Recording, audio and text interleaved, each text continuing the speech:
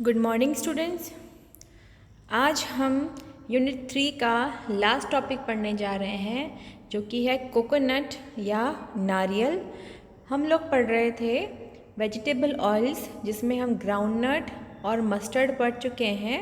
जो हम आज पढ़ने जा रहे हैं वो है कोकोनट। इसके अतिरिक्त सभी टॉपिक हम पढ़ चुके हैं। कोकोनट जिसका बॉटनिकल नेम होता है कोकोस न्यूसीफेरा। यहाँ पे मैंने इसे इटैलिक में लिखा है, लेकिन आपको ये ज्ञात होना चाहिए कि बॉटनिकल नेम को यदि हम लिख रहे हैं अपने हैंडराइटिंग के अंदर तो उसे हमेशा आप अंडरलाइन करेंगे, और यदि आप उसे टाइप कर रहे हैं तो उसे हमेशा इटैलिक में लिखेंगे। तो ये आपको ज्ञात होगा। Coconut is the sole species of genus Cocos. Cocos जो है कोकोनस न्यूसीफेरा वो जीनस कोकोस की इकलौती वन एंड ओनली स्पीशीज़ है, क्योंकि इसके अतिरिक्त कोई और स्पीशीज़ इसमें है नहीं। अब इसका क्या मतलब स्पेशल कैरेक्टर होगा अगर किसी जीनस में एक ही स्पीशीज़ है, तो इसमें इंटर स्पेसिफिक या अंतर जातीय हाइब्रिडाइजेशन या संकरण नहीं करवाए जा सकते। जब एक ही स्पीशीज़ अवेलेबल है तो आप किस प्रकार से अंतर जातीय संक्रमण या हाइब्रिडाइजेशन करवा पाएंगे। It is a diploid with 32 chromosomes. यह एक द्विगुणित पादप है जिसमें 32 या 32 गुणसूत्र होते हैं। क्लासिफिकेशन की अगर हम बात करें, it belongs to kingdom Plantae. Kingdom जो होता है जगत होता है इसका प्लांटी। डिवीजन मैग्नोलियोफाइटा जिसको हम फ्लावरिंग प्लांट्स का डिवीजन बोलते हैं। क्लास लिलियोप्सिडा जो कि मोनोकॉट्स को रिप्रेजेंट करती है। देन ऑर्डर एरिकल्स, एक बहुत बड़ा ऑर्डर है जिसमें बहुत सारे हम पाम्स पढ़ते हैं। फैमिली एरिकेसी जो कि पाम फैमिली कहलाती है, इसमें बहुत सारे पाम्स होते हैं। जीनस है कोकोस जिसको हम कोकोनट पाम कहते हैं, और इस जीनस की स्पीशीज़ है कोकोस न्यूसीफेरा। तो बहुत सिंपल सा क्लासिफिकेशन है कोकोस न्यूसीफेरा का। कोकोनट आपके लिए बहुत इंपॉर्टेंट इसलिए है क्योंकि कोकोनट आपको दो में पढ़ना है। पहला है कोकोनट ऑयल जो कि आप वेजिटेबल ऑयल में पढ़ेंगे, और दूसरा है फाइबर के अंदर जहाँ पे आप कॉयर पढ़ेंगे। कॉयर जो होती है नारियल की जटा जिसे बोलते हैं, वो भी बहुत इंपॉर्टेंट इकोनॉमिकली इंपॉर्टेंट है। तो कोकोनट आपके दो यूनिट 3 में भी पढ़ना है और यूनिट 4 में भी पढ़ना है। तो कोकोनट को पढ़ना आपके लिए बहुत अधिक इम्पॉर्टेंट है। Origin and distribution. कोकोनट के ऑरिजिन की बात करें तो क्योंकि आप सभी को ये ज्ञात होगा कि कोकोनट हमेशा समुद्र के किनारे ही उगते थे या वहीं पे इसका ऑरिजिन हुआ है। तो इसमें दो मुख्य ओशंस हैं। एक ओशन है पैसिफिक ओशन या प्रशांत महासागर, और एक है इंडियन ओशन या हिंद महासागर। तो यहाँ पे इन दोनों में इसकी उत्पत्ति के बहुत सारे एग्जाम्पल्स होते हैं। तो जो हिंद महासागर वाले उत्पत्ति वाले हैं वो मानते हैं कि यह मलेशिया, इंडोनेशिया या इंडो मलाया एरिया है वहाँ से उत्पन्न हुआ है, जबकि पैसिफिक वाले मानते हैं कि इसकी उत्पत्ति मैक्सिको या जो नॉर्दर्न अमेरिका है वो वाला रीजन है। तो यहाँ पे लेकिन जो ज़्यादा एम्फेसिस से ज़्यादा महत्वपूर्ण ये है कि ये इंडो मलाया, इसका जो ओरिजिन है वो है इंडो मलाया, मतलब इंडोनेशिया मलेशिया वाला region. In the Pacific Ocean या प्रशांत महासागर में coconuts likely were first cultivated on islands in South East Asia, meaning the Philippines, Malaysia, Indonesia and perhaps the continent as well. तो यहाँ पे अगर हम पैसिफिक ओशन की बात करें तो यहाँ पे इन सब एरिया में ये ग्रो हुआ था, और इंडियन ओशन की बात करें तो ये श्रीलंका और मालदीव्स और लक्कादीव्स में इसका कल्टीवेशन किया जाता है। Coconut is found chiefly in Indonesia, India, Sri Lanka, Mexico etcetera. और अगर हम भारत की बात करें तो भारत में कोकोनट का कल्टीवेशन केरला, तमिलनाडु, कर्नाटका, पौंडीचेरी, आंध्र प्रदेश, गोवा, महाराष्ट्र, ओडिशा, वेस्ट बंगाल एवं गुजरात में, इसके अतिरिक्त जो लक्षद्वीप और अंडमान निकोबार आइलैंड है वहाँ पे होता है। कहने का तात्पर्य यह है कि जहाँ पे भी समुद्र पाया जाता है या समुद्री तट पाया जाता है वहाँ पे जो कोकोनट है उसका कल्टीवेशन किया जाता है। मॉर्फोलॉजी, कोकोनट का पादप आप सबने देखा है। The slender leaning wrist trunk, एक बहुत लंबा सा पतला सा एक जिसके ऊपर धारियाँ होती है, तना पाया जाता है कोकोनट में, जो कि लगभग 25 मीटर ऊंचाई तक पहुंच सकता है। जिसके नीचे का जो तने का बेस होता है वह थोड़ा सा फूला हुआ होता है, और उस पे जो सबसे ऊपर वाला जो इसका टॉप होता है वहाँ पर एक पत्तियों का, पंख के समान पत्तियों का एक क्राउन पाया जाता है या मुकुट पाया जाता है। इसके जो फ्रूट्स होते हैं, क्योंकि अभी हम बीज की जो ऑयल की बात कर रहे हैं, तो ऑयल इसके फ्रूट से निकाला जाता है। सो मेच्योर फ्रूट्स आर अवॉइड। यह हम जानते हैं नारियल का जो फ्रूट होता है कैसा होता है, वह थोड़ा अंडाकार शेप का होता है अथवा दीर्घवृत्ताकार शेप का होता है और लगभग 12 से 18 इंचेस इन लेंथ होता है और 6 से 8 इंचेस इन डायमीटर होता है। It have a thick fibrous husk surrounding the familiar single seeded nut of commerce. हम जानते हैं नारियल के ऊपर एक जो बोलते हैं फाइबर की या रेशों की एक हस्क की मोटी परत पाई जाती है जिसको हम हटाते हैं।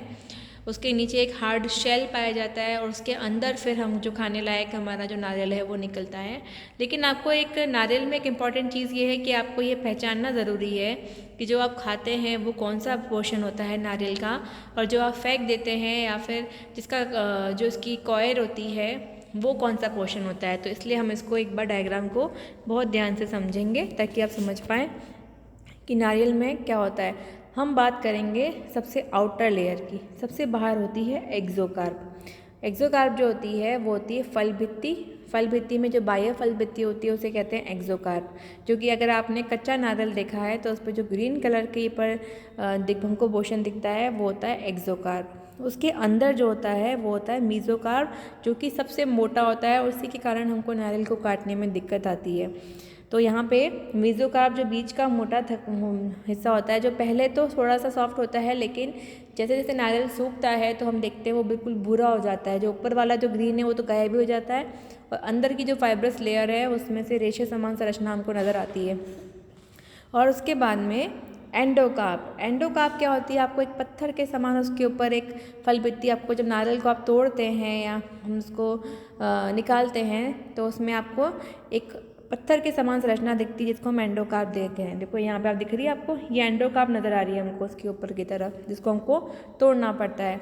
उसको तोड़ने के तो ये तीनों फल भित्तियाँ एक्सोकार्प, मीजोकार्प और एंडोकार्प नारियल का मैक्सिमम पोर्शन बनाती है। उसके अंदर जो हम वाइट कलर का पोर्शन खाते हैं वो होता है उसका एंडोस्पर्म। एंडोस्पर्म के अंदर जो पानी होता है वो उसका लिक्विड एंडोस्पर्म होता है, और जो ऊपर हम एक फ्लैश वाइट कलर का जो हम खाते हैं वो उसका सॉलिड एंडोस्पर्म होता है। हम जानते हैं, अगर हमने एम्ब्रियोलॉजी पढ़ी है तो कोकोनट में एंडोस्पर्म या जो बोलते हैं हम भ्रूण पोष, वह लिक्विड और सॉलिड दोनों प्रकार का होता है। तो यही हम खाते हैं। तो आपसे कोई क्वेश्चन पूछे कि आप कोकोनट का कौन सा पोर्शन खाते हैं, तो आप बोलेंगे हम उसका एंडोस्पर्म खाते हैं। अब अगर हम कोकोनट को ग्रो करें, उसको हम अगर उगाने की कोशिश करें, तो उसका एम्ब्रियो कहाँ पाया जाता है, उसका एम्ब्रियो पाया जाता है, अगर आपने ऊपर की तरफ उसमें कुछ 3 होल देखे होंगे, वहीं पे कोकोनट का एम्ब्रियो पाया जाता है। Coconut Apple a sweet spongy mass that dissolve and absorb the endosperm. अब यहाँ पे जब वो उसकी फल भत्ती को जो भेदते हुए शूट बाहर निकलता है और रूट बाहर निकलती है, और इस प्रकार से कोकोनट का जर्मिनेशन होता है। तो ये बहुत सिंपल है। अगर हम इसके पोर्स की बात करें, endocarp hard inner layer of a coconut that contains the seed and meat. अंदर के साइड में क्या होता है, सीड होता है और मीट होता है। The minute embryo is embedded within the endosperm just inside the germination pore. Germination pore लगभग यहाँ पर है, यहीं पे इसका एम्ब्रियो होता है और ये पूरा इसका एंडोस्पर्म होता है। तो एम्ब्रियो ही जर्मिनेट होके क्या करता है, एक कोकोनट के प्लांट का निर्माण करता है। तो यहाँ पे आप 3 आप देखते हैं नारियल में 3 पोर्स होते हैं। 2 तो प्लग्ड होते हैं, प्लग्ड मतलब जो बंद होते हैं, और एक होता है फंक्शनल पोर जो कि खुला होता है। तो ये आपको बहुत ज़्यादा इम्पॉर्टेंट है नारियल को समझने के लिए कि कौन कौन सा पोर्शन क्या होता है और उसकी क्या क्या इंपॉर्टेंस है। तो अभी तो हम इसकी इंपॉर्टेंस पढ़ रहे हैं कि ऑयल इससे निकलता है, लेकिन बाद में हम जो ये ब्राउन कलर का पोर्शन है जिससे कॉइल बनती है, ये भी हम पढ़ेंगे नेक्स्ट यूनिट में। तो ये बात हुई कोकोनट की मॉर्फोलॉजी की। वापस से हम बात करें तो यहाँ पे आउटर कोट ग्रीन कलर का, उसके बाद में फाइब्रस जिसको कॉयर कहते हैं हम, आप देख पा रहे हैं कॉयर के अंदर जो शेल मतलब जो हार्ड जिसको हम फोड़ते हैं फिर नारियल निकलता है, देन उसके अंदर निकलता है एंडोस्पर्म जो कि वाइट कलर का होता है, और उसके अंदर होता है कोकोनट मिल्क जिसको हम कहते हैं लिक्विड एंडोस्पर्म। कल्टीवेशन, कोकोनट की खेती किस प्रकार से की जाती है? The palms flourish best close to the sea on low lying areas a few feet above high water where there is circulating ground water and ample rainfall. सामान्यतया नारियल वहाँ उगते हैं जहाँ पे पर्याप्त मात्रा में वर्षा होती है और साथ ही अंडरग्राउंड या जो अंडरग्राउंड में सर्कुलेटिंग ग्राउंड वाटर, मतलब अगर पास में कोई जल स्रोत है तो वहाँ से अंडरग्राउंड वाटर का सर्कुलेशन होता रहता है, तो वहाँ पे नारियल बहुत अच्छे से ग्रो करते हैं। Most of the world's coconut are produced on small native plantations. Propagation is by unhusked ripe nuts. नारियल की खेती के लिए क्या चाहिए होते हैं? ऊपर से छिलके उतार के, अथवा छिलके के साइड भी कई जगह होता है, वहाँ पे आपको मैच्योर या पके हुए फ्रूट चाहिए होते हैं। उनको नर्सरी में पास में उगा दिया जाता है और मिट्टी से ढक दिया जाता है। 4 से 10 महीने के बाद में उनसे सीडलिंग निकलती है, और जब सीडलिंग थोड़ी बड़ी हो जाती है तो उन्हें निकाल कर एक 8 से 10 मीटर की दूरी पर उगा दिया जाता है ताकि उनमें डिस्टेंस रहे। पाम्स जो होते हैं कोकोनट में फ्रूट बेयर करने के लिए लगभग 15 साल के बाद में नारियल पे आपको फ्रूट मिलता है।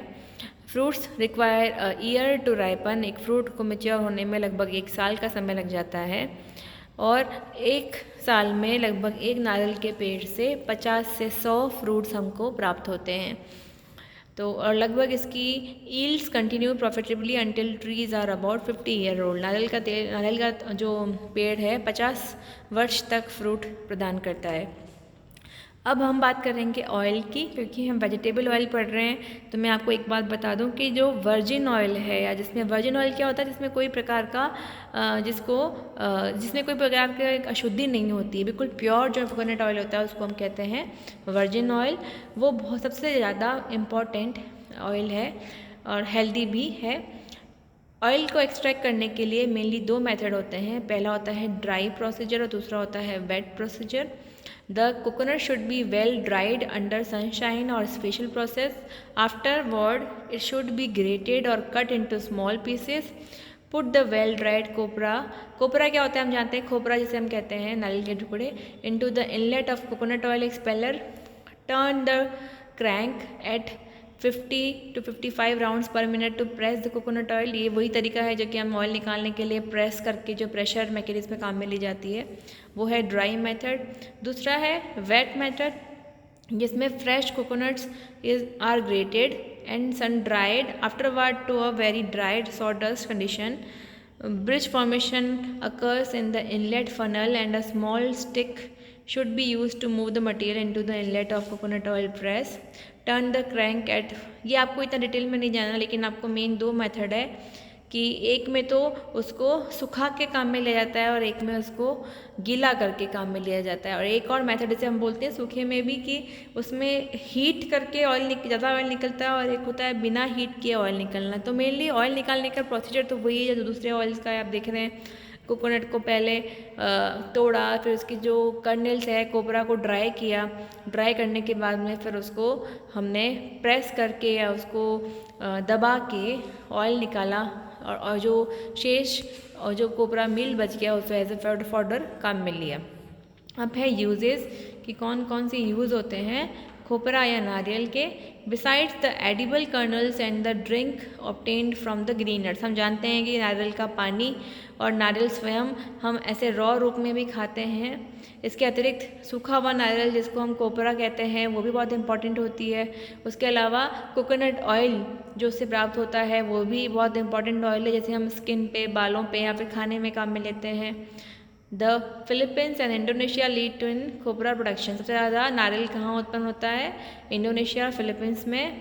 और the meat may also be grated and mix with water to make coconut milk used in cooking and as a substitute of cow's milk. Cow's milk के सब्सटीट्यूट के रूप में भी कोकोनट मिल्क को काम में लिया जाता है। इसके अतिरिक्त जो सबसे इम्पॉर्टेंट चीज़ है वो है कॉइल। इसके ऊपर की जो मीज़ोकार्प है, जिसको हम ड्राई हस्क कहते हैं या कॉयर कहते हैं, उससे एक बहुत अधिक प्रतिरोधी प्रकार का फाइबर प्राप्त होता है जिसे हम कहते हैं कॉयर। उससे रस्सियाँ हैं, मैट्स है, बास्केट है, ब्रश है, झाड़ू है, ये सब उत्पाद बनाए जाते हैं नारियल की जटा या कॉयर से। तो ये इस प्रकार से आज हमने नारियल की, कोकोनट की इकोनॉमिक इम्पोर्टेंस पढ़ी। यूनिट 4 में भी हम इसे पढ़ेंगे, लेकिन वहाँ हम किसकी, सिर्फ कॉयर की क्वालिटी पढ़ेंगे कि उसमें जटा में और क्या क्या खासियत होती है जब हम फाइबर क्रॉप्स पढ़ेंगे तब। तो इस प्रकार से आपकी यूनिट 3 आज समाप्त होती है। नेक्स्ट लेक्चर से हम पढ़ेंगे यूनिट 4। धन्यवाद। ये अगर हम यूजेस की बात करें तो यहाँ पे आप देख रहे हैं कोकोनट के यूजेस कि इसका फ्रूट ऐसा होता है, इसकी रूट्स जो फोक मेडिसिन में काम की है, ट्रंक कंस्ट्रक्शन मटेरियल में काम में आता है, और लीव्स हमको फूड को रैप करने में या फिर बिछाने में या मैट्स बनाने में, बास्केट बनाने में काम में ली जा सकती है। तो इस प्रकार से इसका लगभग हर पार्ट उपयोगी है नारियल के प्लांट का। आज हम इतना ही पढ़ेंगे। धन्यवाद।